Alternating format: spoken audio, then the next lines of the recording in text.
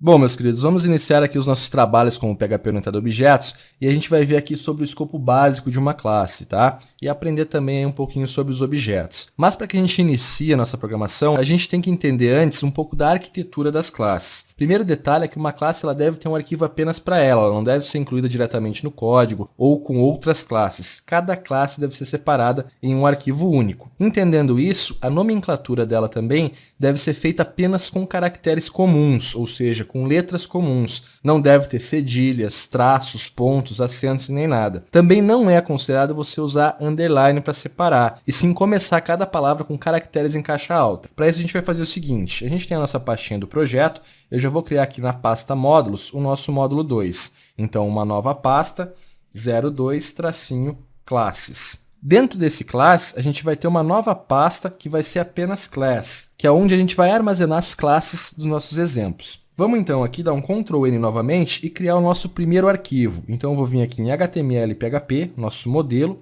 e esse arquivo vai ser chamado de 01-classes e objetos.php. Dentro dessa nomenclatura de classes, a gente também tem uma extensão específica para as classes, para identificar que aquele arquivo está armazenando uma classe. Então eu vou dar um Ctrl N novamente, vou criar aqui uma classe do PHP agora, próximo aqui, e ele vai ter o seguinte, classes objetos.class.php. Isso aqui vai nos ajudar a identificar na arquitetura que esse arquivo se refere a uma classe. Essa nomenclatura, começando com caixa alta cada palavra, também é um requisito. Você deve criar assim, tá, pessoal? No decorrer do curso eu vou explicar também o porquê. Quando a gente cria essa classe, tem mais um detalhe. Então já está marcado aqui a pastinha class, você pode ver. Eu vou dar um finalizar.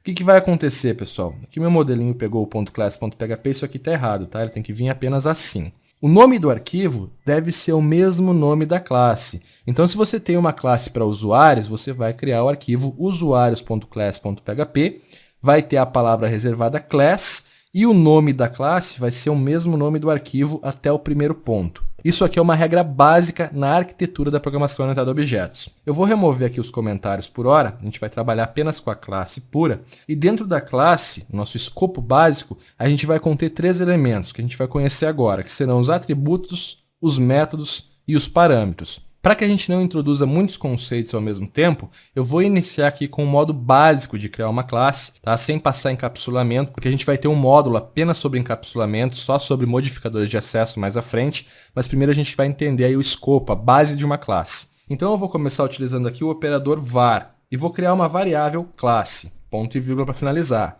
Novamente eu vou em var e vou criar aqui uma funcão. Isso aqui, pessoal, não são variáveis, são atributos da classe. Esses atributos são as características dessa classe. É através deles que a gente vai validar os dados, vai armazenar os dados no banco, vai passar esses dados à frente ou não, tá?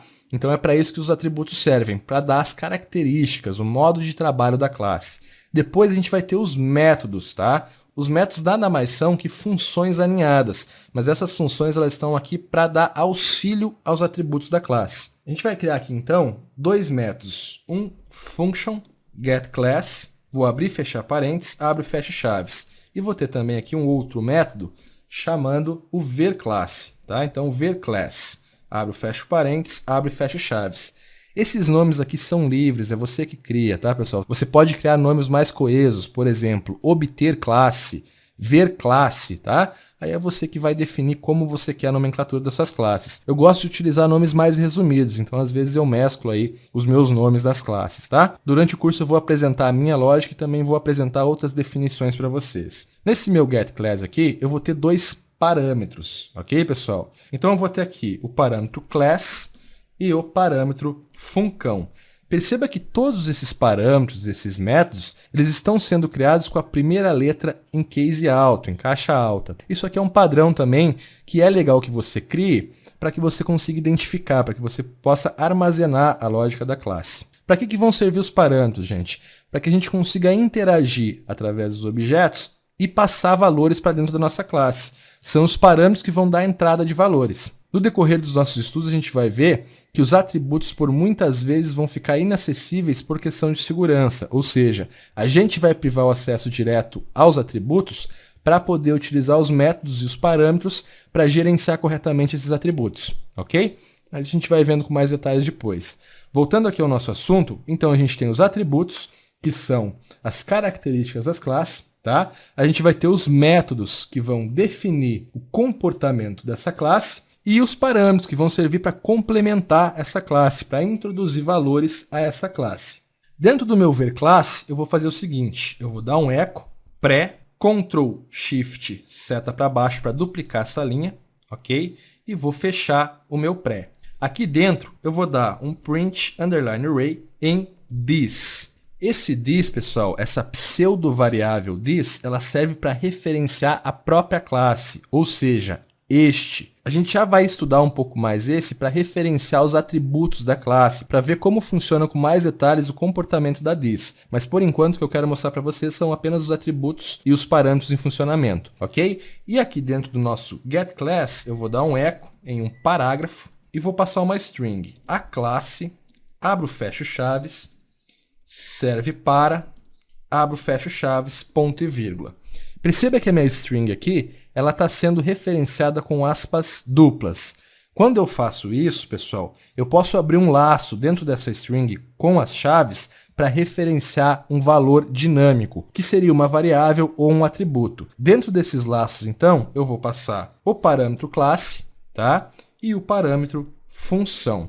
Esse é o escopo básico da nossa classe. Ele possui atributos, possui métodos e possui parâmetros. Vamos voltar aqui agora no nosso 01, classes e objetos, para a gente poder trabalhar com o objeto. Vou dar um F5 aqui, vou entrar em classes, vou dar mais um F5 aqui, você percebe que não está aqui o arquivo, então provavelmente eu botei ele dentro do class. Ó. Vou puxar para fora aqui, tá? Essa aqui é a minha arquitetura, então eu tenho a pasta classes, diretamente dentro dela o arquivo da aula, e a pasta class dentro apenas armazenando as classes. Dá mais um F5 aqui, então eu vou acessar o arquivo. A gente não tem nada acontecendo, correto? Para que eu possa chamar uma classe, eu tenho que incluir essa classe no meu arquivo, para mim poder acessar ele, tá? Então, require, vou abrir e fechar parênteses, ponto e vírgula. Abre e fecha aspas simples. Se você fizer isso aqui antes de tentar incluir um arquivo, ao clicar dentro e dar um Ctrl espaço, você vai ter a dica do NetBeans para acessar o diretório e fazer a navegação até o arquivo. Então, vou acessar aqui dentro do class, vou pegar a nossa classe e nesse momento a gente já tem aí ela incorporada no nosso arquivo. Logo abaixo eu vou fazer o seguinte, vou criar uma nova variável com o nome de teste, tá? Essa variável vai receber um igual e ela vai ter o operador new. Esse operador new a ser instanciado, pessoal, ele transforma a nossa variável em um objeto. E esse objeto vai ser da nossa classe classes objetos, que a gente acabou de criar, tá? Então, classes objetos é o nosso operador. Quando você faz isso aqui, a nossa variável se tornou um objeto e esse objeto é uma instância dessa classe. Ou seja, ele vai receber os atributos, quando esses atributos forem disponíveis para essa classe, e vai poder executar todos os métodos diretamente pelo objeto. Então, eu posso fazer o seguinte, variável teste, e vou passar aqui a atribuição, uma seta maior. E o nosso NetBeans vai dar já os nossos atributos, que a gente pode acessar, tá? E os nossos métodos. Eu vou executar o método getClass. Vou passar aqui a classe de introdução, tá? Tem a função de mostrar uma classe. Ponto e vírgula para finalizar. Vou dar um F5 para atualizar. Tá aí o que a gente executou no método. A classe de introdução serve para mostrar uma classe. Ok? Nesse momento, eu posso fazer o seguinte, variável teste, e vou passar aqui agora o verClass. Mais um F5 para atualizar, perceba que a gente tem aqui o objeto instanciado da classe, que é realmente a nossa teste, que simplesmente está fazendo o quê? Retornando o this, ou seja, retorne isto.